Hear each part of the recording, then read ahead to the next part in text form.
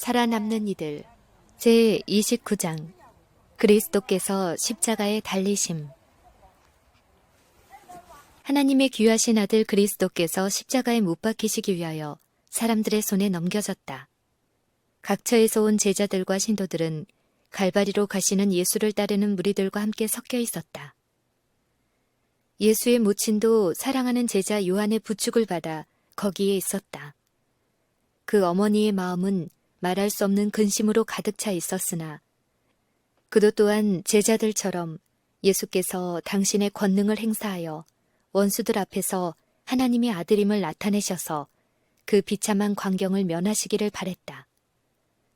그러면서도 그 모친은 그날에 진행되는 일을 보고 이에 대하여 예수께서 미리 언뜻 언급하시던 말씀을 기억하자 또다시 낙심하지 않을 수 없었다.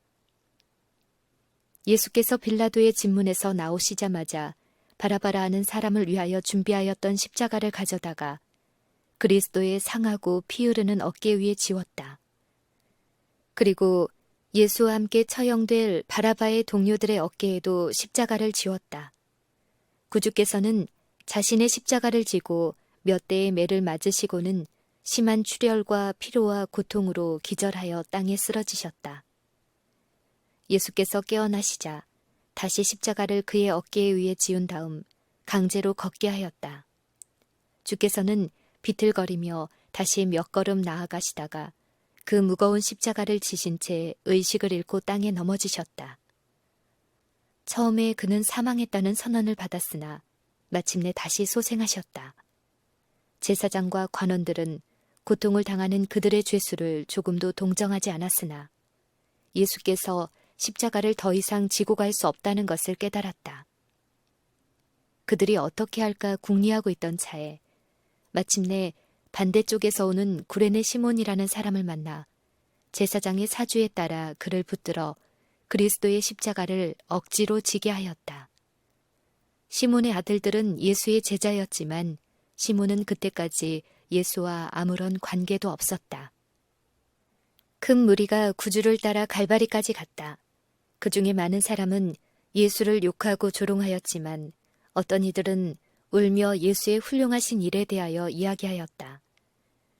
여러 가지 질병에서 치료받은 사람들과 죽은 자 가운데서 다시 살아난 사람들은 열렬히 주께서 행하신 기이한 일을 선포하였고 또한 예수께서 왜 죄인과 같은 대우를 받으시는지 그 이유를 알고 싶어 했다. 불과 며칠 전에 예수께서 영광스럽게 예루살렘에 입성하셨을 때 많은 사람들은 그를 따라가며 호산나를 부르며 그 앞에 종려나무 가지를 흔들지 않았던가. 그러나 그때엔 다른 사람들처럼 예수를 찬양하던 많은 사람들이 이제는 그를 십자가에 못 박게 하소서, 십자가에 못 박게 하소서 하고 소리질렀다. 십자가에 못 박힘. 사형을 집행하는 장소에 이르자 죄수들을 형틀에 결박하였다.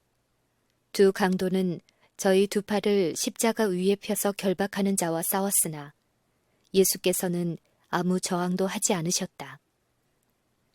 예수의 어머니는 거의 참을 수 없는 고통 가운데 예수를 바라보면서 무슨 이적을 행하여 자신을 구원하기를 바랬다. 그 어머니는 항상 축복을 나누어 주시던 그 사랑에 넘치는 손, 고통 중에 있는 자를 고쳐주기 위하여 수없이 펴시던 그 손이 지금 십자가 위에 펴져 있는 것을 보았다. 그리고 이제 망치와 못도 가져왔다. 못은 주님의 연한 손을 뚫고 십자가에 박혔다.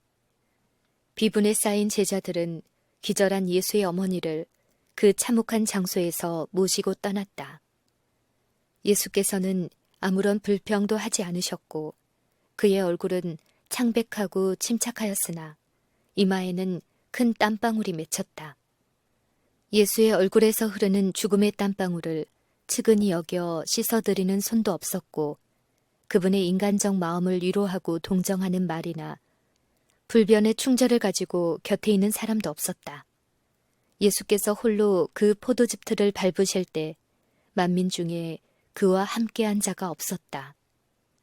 군사들이 그 무서운 일을 자행하는 동안 예수께서는 가장 격심한 고민을 하시면서도 원수들을 위하여 아버지여 저희를 사하여 주옵소서. 자기의 하는 것을 알지 못함이니이다 라고 기도하였다. 원수를 위한 그리스도의 이 기도는 세상의 모든 사람들, 곧 끝날까지 살 모든 죄인을 포함한 것이다. 예수를 십자가에 못 박은 후에 힘센 사람 몇이 그 십자가를 일으켜 세워 미리 파두었던 곳에 난폭하게 던져 하나님의 아들에게 극심한 고통을 주었다. 그때 매우 무서운 광경이 벌어졌다. 제사장과 관원 및 서기관들은 자기가 맡은 신성한 직무의 위엄을 잊어버리고 죽어가는 하나님의 아들을 조롱하고 희롱하는 하류 사회 사람과 하나가 되어 네가 만일 유대인의 왕이어든 네가 너를 구원하라 라고 소리 지르고 어떤 사람은 저가 남은 구원하였으되 자기는 구원할 수 없도다 라고 비아냥거렸다. 성전의 고위층들과 완고한 군사들 그리고 십자가에 달린 야비한 강도 및 무리 가운데 있는 비열하고 잔인한 사람들이 모두 연합하여 그리스도를 학대하였다. 예수와 함께 십자가에 못 박힌 강도들은 예수처럼 육신적 고통을 겪었지만 이 두 강도 중 한 사람은 고통 때문에 더욱 완고하여지고 자포자기와 도전적인 상태에 빠졌다. 그는 제사장처럼 조롱하는 일에 한몫기어 예수께 네가 그리스도가 아니냐, 너와 우리를 구원하라고 말했다. 다른 강도는 완악한 죄수가 아니었다. 그는 자기 동무가 희롱하는 말을 듣고 즉시 그 사람을 꾸짖으며 네가 동일한 정죄를 받고서도 하나님을 두려워 아니하느냐. 우리는 우리의 행한 일에 상당한 보응을 받는 것이니 이에 당연하거니와 이 사람의 행한 것은 옳지 않은 것이 없느니라 라고 말했다. 그리고 이 강도의 마음에 예수를 향할 때 하늘의 영광이 그의 마음을 환하게 비추었다. 그는 상처를 입고 조롱당하시며 십자가에 달린 예수 안에서 자기의 유일한 희망이 되시는 구속주를 보았다. 그는 겸비한 믿음을 가지고 예수를 쳐다보면서 간구하였다. 예수여, 당신의 나라에 임하실 때 나를 생각하소서 하니 예수께서 이르시되 내가 진실로 오늘 네게 이르노니 네가 나와 함께 낙원에 있으리라. 천사들은 정신과 육체의 극도의 고통을 당하시면서도 오히려 다른 사람만을 생각하시고 뉘우치는 영혼의 믿음을 격려하시는 예수의 무한하신 사랑을 보고 경탄하였다. 자신의 생명이 죽음에 직면한 때에도 죽음보다 더 강한 사랑으로 사람을 사랑하셨다. 갈바리의 광경을 목격한 많은 사람들이 후에 그 일 때문에 그리스도를 믿게 되었다. 예수의 원수들은 초조한 마음으로 그가 운명하기를 바라고 있었다. 예수께서 죽으시기만 하면 그의 신성한 능력과 행하신 이적에 관한 소문을 영원히 막을 수 있을 것이라고 생각하였다. 그리고 저희는 예수의 영향력 때문에 다시는 두려워하지 않아도 되리라고 자위하고 있었다. 예수를 십자가에 못 박은 몰인정한 군사들은 예수의 옷을 취하여 각각 하나씩 나누어 가졌다. 그러나 예수의 속옷은 위에서 아래까지 통으로 짠 옷이었기 때문에 제비를 뽑아 이 옷을 가지기로 작정하였다. 성경에는 이 일이 이루기 수백 년 전에 이 광경에 대하여 기록되었다. 즉, 개들이 나를 에워쌌으며 악한 무리가 나를 둘러 내 수족을 찔렀나이다. 내 겉옷을 나누며 속옷을 제비 뽑나이다. 효성에 관한 교훈. 예수께서는 당신의 죽음을 보려고 몰려온 군중들 속에서 십자가 밑에 요한이 그리스도의 어머니 마리아를 부축하고 있는 것을 보았다. 그 어머니는 다시 그 무서운 장면으로 돌아왔다. 그는 도무지 아들에게서 떨어져 있을 수 없었던 것이다. 예수께서 마지막으로 교훈하신 것은 곧 효성에 관한 것이다. 예수는 슬픔이 넘치는 어머니의 얼굴과 요한의 얼굴을 내려다보셨다. 그리고 모친에게 여자여 보소서 아들이니이다. 또한 그 제자에게 보라 내 어머니라고 하셨다. 요한은 예수의 말씀과 자기에게 위탁하신 신성한 임무가 무엇인지를 잘 알았다. 요한은 즉시 그리스도의 어머니를 갈바리의 참혹한 장면에서 딴 곳으로 모시고 갔다. 그때부터 요한은 그 어머니를 자기 집에 모시고 효성이 지극한 아들처럼 잘 봉양하였다. 그리스도의 어버이에 대한 사랑의 온전한 모본은 여러 세대를 통하여 찬연하게 빛을 발한다. 예수께서는 극심한 고통 중에서도 당신의 어머니를 잊지 않으셨을 뿐만 아니라 그의 장례를 잘 예비하셨다. 그리스도의 지상생애의 사명은 이제 거의 완성되었다. 그는 혀가 타들어가자 내가 목마르다고 외치셨다. 그때 어떤 사람이 해용의 초를 적시어 예수께 드렸다. 그러나 예수께서 맛보시고는 받지 않으셨다. 그리하여 이제 생명과 영광의 주께서 인류의 속죄 제물로서 운명하시는 것이다. 그리스도에게 하나님의 진노가 임하게 하고 그처럼 마시기 어려운 쓴 잔을 만들어 마침내 하나님의 아들의 심장을 파열시킨 것은 바로 그것이었다. 사람의 대리자요 보증인이 되신 그리스도께서는 사람의 죄악을 담당하셨다. 사람을 율법의 저주에서 속량하시기 위하여 그리스도께서 대신 저주를 받으신 것이다. 각 시대의 아담의 후손들의 죄악은 예수의 마음을 짓눌렀고 범죄로 인하여 나타내신 하나님의 진노와 불쾌하심은 하나님의 아들의 심령을 경악으로 가득 채웠다. 극심한 고통을 당하실 때 아버지께서는 자신의 얼굴을 구주에게서 돌리셨고 이것은 사람들이 도무지 이해하지 못할 슬픔으로 구주의 마음을 찔렀던 것이다. 하나님의 아들이 십자가에서 참으신 모든 비통과 그 머리와 손과 발에서 흐르는 핏방울과 그 몸을 파열시킨 고통의 몸부림, 그리고 하늘아버지께서 당신의 얼굴을 아들에게서 돌리실 때 그의 마음에 가득 찼던 말할 수 없는 고민, 이 모든 것은 하나님의 아들이 지극히 잔악한 죄를 몸소 지시겠다고 동의하신 인류에 대한 사랑에서라는 것과 예수께서 사망의 권세를 깨뜨리고 낙원과 영생으로 갈 문을 열어주시려는 것이라고 말해주는 것이다. 사나운 바닷물결을 잠잠하게 하시며 거품이 있는 흉흉한 파도 위를 걸어다니신 예수, 손을 안찰하사 사귀를 떨게 하시며 질병을 고쳐주시고 죽은 자를 살리시며 눈먼 자를 보게 하신 예수는 마침내 자신을 내주어 사람을 대신하여 십자가에서 희생 제물이 되셨다.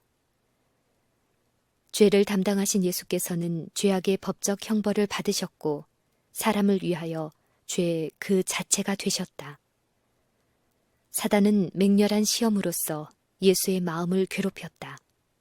예수께서 보시기에 심히 가증한 죄악들이 그분 위에 쌓이고 쌓여 마침내 그는 죄악의 무거운 짐에 눌려 신음하셨다.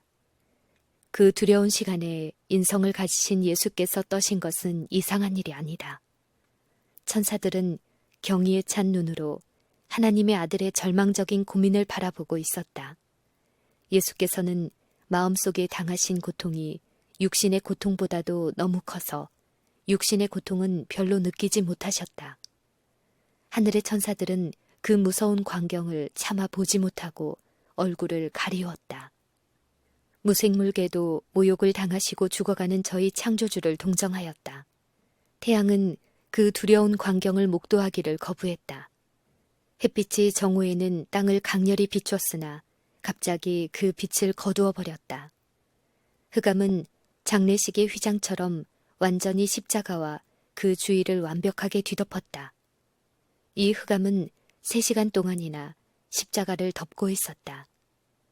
오후 3시가 되어서야 흑암이 사람들에게서 사라졌으나 오히려 흑암은 외투처럼 구주를 둘러싸고 있었다. 그리고 노한 번개는 십자가에 달리신 예수를 치는 듯했다. 그때 예수께서 엘리 엘리 라마 사박다니 하시니 이를 번역하면 나의 하나님 나의 하나님 어찌하여 나를 버리셨나이까 하는 뜻이라. 다 이루었다. 백성들은 침묵 속에서 이 무서운 광경의 종말을 지켜보았다. 해는 다시 빛을 발하였으나 십자가는 여전히 흑암 속에 있었다. 십자가를 두른 흑암이 없어지자 온 우주를 울리는 듯 똑똑한 나팔소리 같이 예수께서 다 이루었다. 아버지여, 내 영혼을 아버지 손에 부탁하나이다. 라고 외치셨다. 그때에 한 줄기 빛이 십자가를 둘러쌌고 구주의 얼굴은 햇빛처럼 영광으로 빛났다. 그 후에 예수께서는 머리를 숙이고 운명하셨다. 예수께서 죽으시던 그 순간에 제사장들이 성전 안에서 성소와 지성소 사이를 가로막은 휘장 앞에서 제사 예식을 진행하고 있었다. 그때 제사장들은 갑자기 땅이 진동하는 것을 발밑에서 느꼈으며 벨사살 궁전벽에 멸망의 선고를 썼던 그 핏기 없는 손이 나타나 해마다 새로 만드는 튼튼하고 아름다운 성전 휘장을 위로부터 아래까지 찢어 휘장이 두 조각이 되어버렸다. 예수께서는 당신이 이루시려는 그 일을 성취하시기까지는 그의 목숨이 끝나지 않았고 마지막 숨이 끊어지실 때 다 이루었다라고 외치셨다. 천사들은 그 말씀을 듣고서야 즐거워하였다. 이제 구속의 위대한 계획이 승리하여 성공하였기 때문이다. 이제부터 아담의 자손들이 순종의 생애를 통하여 마침내 하나님 앞에 나아갈 수 있게 되었기 때문에 온 하늘이 기쁨에 들떴다. 사단은 자신이 패배한 것과 그의 왕국이 끝나버린 것을 알게 되었다. 장사 지냄. 요한은 사랑하는 주님의 시체를 가지고 어찌할 바를 모르고 있었다. 그는 거칠고 무정한 군인들이 함부로 예수의 시체를 거두어 아무데나 욕되게 매장할 것을 생각하고 매우 근심하였다. 요한은 자기가 유대 나라의 당국자들에게서 아무런 호의도 받지 못하고 빌라도에게서도 별 도움을 받을 수 없다는 것을 알았다. 이런 난처한 입장에서 요셉과 니고데모가 나타나 도와주었다. 요셉과 니고데모는 둘 다 사내들인 공회의 회원이었고 또한 빌라도와 잘 아는 사람들이었다. 이 두 사람은 세력과 재산을 가지고 있었다. 그들은 예수의 시체를 정중하게 장사해야겠다고 결심하였다. 그래서 요셉은 담대하게 빌라도에게 가서 예수의 시체를 달라고 요청하였다. 빌라도는 예수의 시체를 요셉에게 내주라는 공식적인 명령을 내렸다. 제자 요한이 사랑하는 주님의 귀한 유해에 대하여 매우 염려하고 걱정하고 있을 때에 아리마대 요셉이 총독의 위임장을 가지고 왔다. 니고데모는 빌라도와 요셉의 회견 결과를 예측하고 값진 모략과 침향을 100근가량이나 마련해 가지고 왔다. 온 예루살렘에서 가장 존귀한 사람이 죽었을 때에도 예수만큼 더 존귀한 대우를 받은 일은 없었다. 그들은 정숙하고 공손하게 자기들의 손으로 예수의 시체를 십자가에서 내려서 찔리고 상하신 그의 몸을 조심스럽게 닦고 피 묻은 흔적을 씻기면서 동정의 눈물을 흘렸다. 요셉은 자기를 위하여 준비해 두었던 돌을 파서 만든 새 무덤을 소유하고 있었다. 이 무덤이 갈바리 근처에 있었기 때문에 그는 이제 이것을 예수를 위하여 즐겨 제공하였다. 그래서 예수의 시체는 니고데모가 가져온 향료를 넣어 가는 배로 싼 후에 세 제자가 함께 아직 사람을 장사하지 아니한 새 무덤으로 고귀하신 저희 구주를 모셔갔다.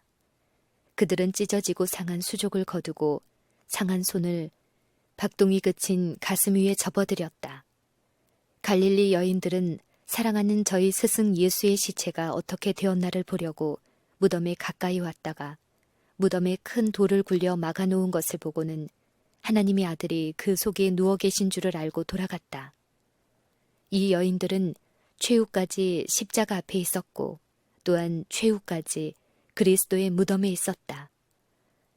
유대의 관원들은 하나님의 아들을 죽이는 악마적인 목적을 달하긴 했으나 그들의 우려는 진정되지 않았고 그리스도에 대한 그들의 질투는 사라지지 않았다. 그들은 복수했다는 통쾌감과 함께 요셉의 무덤에 누워있는 그리스도의 죽은 몸이 다시 살아나 무덤에서 나오진 않을까 항상 염려가 되었다. 그래서 대제사장들과 바리새인들이 함께 빌라도에게 모여 가로되 주여 저 유혹하던 자가 살았을 때에 말하되 내가 사흘 후에 다시 살아나리라 한 것을 우리가 기억하노니 그러므로 분부하여 그 무덤을 사흘까지 굳게 지키게 하소서. 그의 제자들이 와서 시체를 도적질하여 가고 백성에게 말하되 그가 죽은 자 가운데서 살아났다 하면 후에 유혹이 전보다 더될까 하나이다. 빌라도 역시 유대인들처럼 예수께서 자신을 죽인 사람들을 벌하시려고 권능을 가지고 무덤 가운데서 나오는 것을 원하지 않았다. 그래서 빌라도는 제사장의 요구에 따라 무덤을 지키도록 군사를 보냈다. 빌라도가 가로되 너희에게 파수꾼이 있으니 가서 힘대로 굳게 하라 하거늘 저희가 파수꾼과 함께 가서 돌을 임봉하고 무덤을 굳게 하니라. 유대인들은 예수의 무덤을 지킬 군사를 보내는 것이 필요하다고 생각하였다. 그래서 무덤문을 막은 돌에 임봉하여 아무도 몰래 그 무덤에 손을 대지 못하게 하며 또한 예수의 제자들이 예수의 시체를 가져가 유혹하는 일을 하지 못하게 하려고 온갖 수단을 다했다. 그러나 유대인의 모든 계획과 수단은 다만 예수의 부활에 대한 개선의 기쁨을 더욱 완전하게 하였고 그 사실을 더욱 확증하는 결과가 되고 말았다.